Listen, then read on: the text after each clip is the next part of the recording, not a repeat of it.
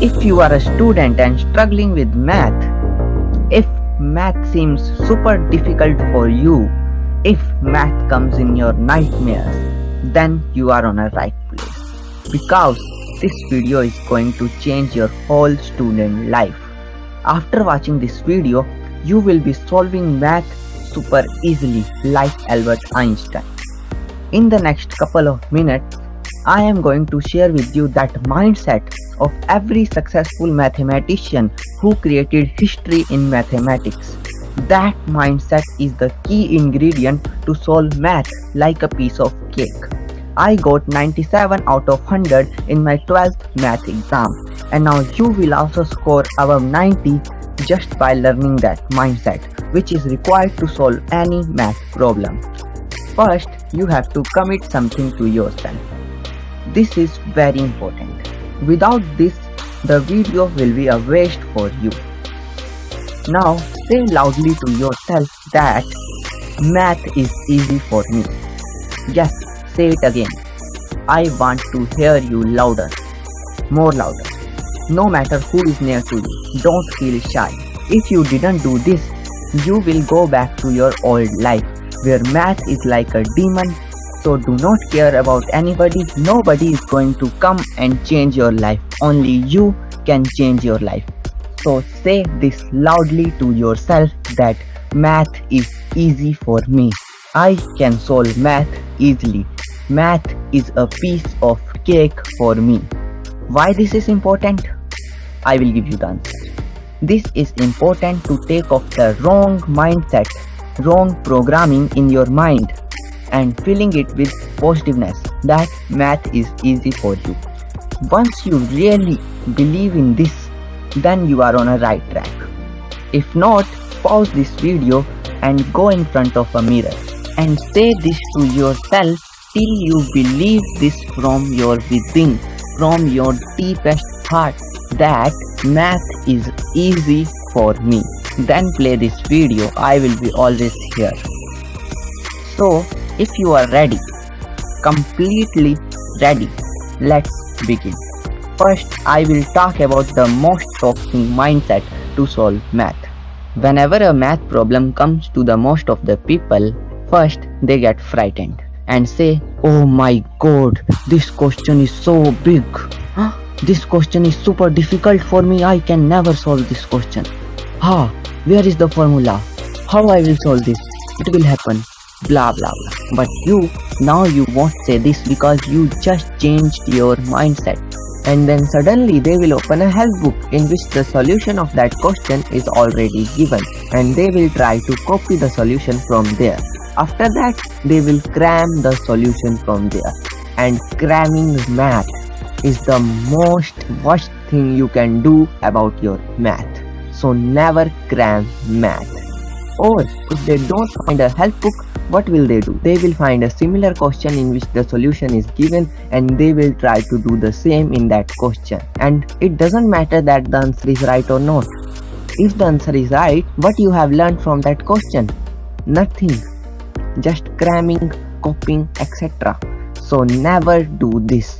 This will only make your math difficult for you. And the more you do this, the more you will get stuck in this, because this is like a spider web. So never do this, because the question will only increase and cramming will not solve this. Now the time has come in which I will talk about that mindset.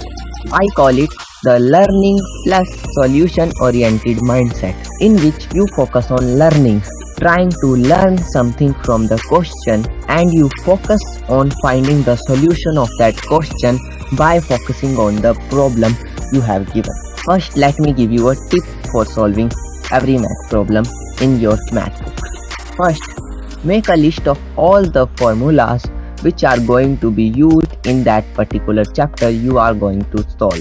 This is a proven method to solve math problem. If you have a list of formulas which can be used in that problem, this makes math super easy for you.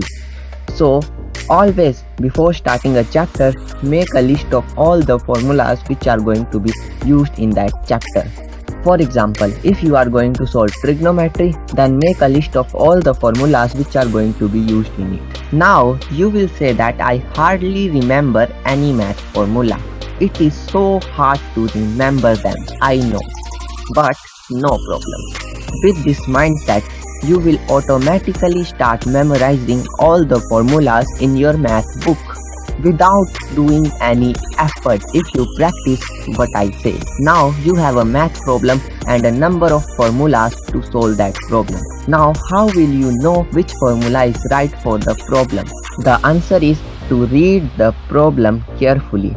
This is the first and the most important step to solve math problem. Most people never do this. They never read the problem carefully. They do this. This question is of this chapter, they solve it like this, I will solve it like this, I will copy this, oh I didn't got the right answer, oh no, math is so difficult for me. Ask yourself, do you ever read a math question carefully? Ever? Without starting to solve the problem? If so, first read the question and then you will know that formula automatically which is going to be used in that problem. Because you have a list of particular formulas which are going to be used in that chapter. Then do not suddenly start solving the problem. First think in your mind, how will I get from this value in the question to the one value of the answer? I have to use the formula which I have. What to do? Think. Use your mind. This will make math super interesting. It is like solving a puzzle game. You have given a puzzle and you have some patterns, some formulas to solve the problem, and you have to get to the answer, to the goal. So how will you solve the problem? Think in your mind, what I have to do, what I have to change the values, I have to change these numbers to this and then apply this formula. Make it super interesting in your mind and then start solving the problem. Let's say you got a wrong answer. You tried again. You again got the wrong answer. No problem. You have to try again. Always remember, Einstein said, I am not intelligent. I just stay with the problem longer than other people. So the longer you will be with the problem, the more chances that you will solve the problem correctly. And at last, you will get the right answer. Yes, you just solved a math problem on your own without any help book. Congrats! Now you have to open a help book and see if your solution is right and learn from your mistakes you did in the previous question. Basically, this is learning. Learning from your mistakes. This will make your brain more sharper. Now you just solved a math problem on your own. What do you think you did? You made billions of connections in your mind. You are using a trial and error method and constantly learning from your tries. And by this, you will start memorizing formulas easily. Because you will take up a formula and apply that in your question. And this automatically memorizes formulas. I tried this and all the math formulas just stamped in my mind. If you practice this, then you can solve any question in that chapter. Remember, Einstein said, imagination is more powerful than knowledge. If you don't memorize formulas, no matter, but you should have that mind which is required to solve that problem. A mind which has full of imagination, that how you can get to the answer. So next time when your teacher gives you a homework of a question, try to use this method. This method will make math super interesting for you. And it will be like playing a video game. And please do not go back to what you were when you opened this video. Because there is no other way to solve math more easily than this. There are lots of other videos which tell how to solve math easily, how to become a genius, etc, etc. But there is no other way. They will give you tips, routines, etc. Like I also gave you a routine, but you have to stick with something in this video or in any other video.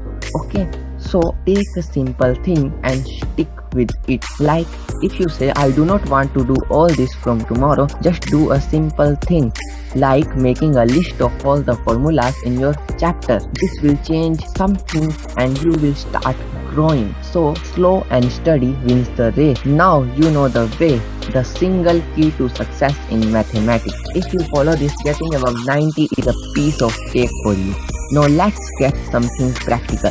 We will take a universal math problem of 7th standard so that everybody can understand it, and we'll apply this method to solve that problem. If you are a high standard student, then see how I will solve that problem and apply the same method in your math problem. This will clear this concept to you more. So let's begin. Take a look at this simple math question. This is a 7th standard math question. I took this question so that everybody can understand the mindset better. In this question, you have asked to find the volume of the cylinder of height 5 cm and radius 2 cm. This is a cylinder of height 5 cm and radius 2 cm. For high standard students, just assume this as a demonstration of that mindset. I will apply that mindset in this question to find the answer.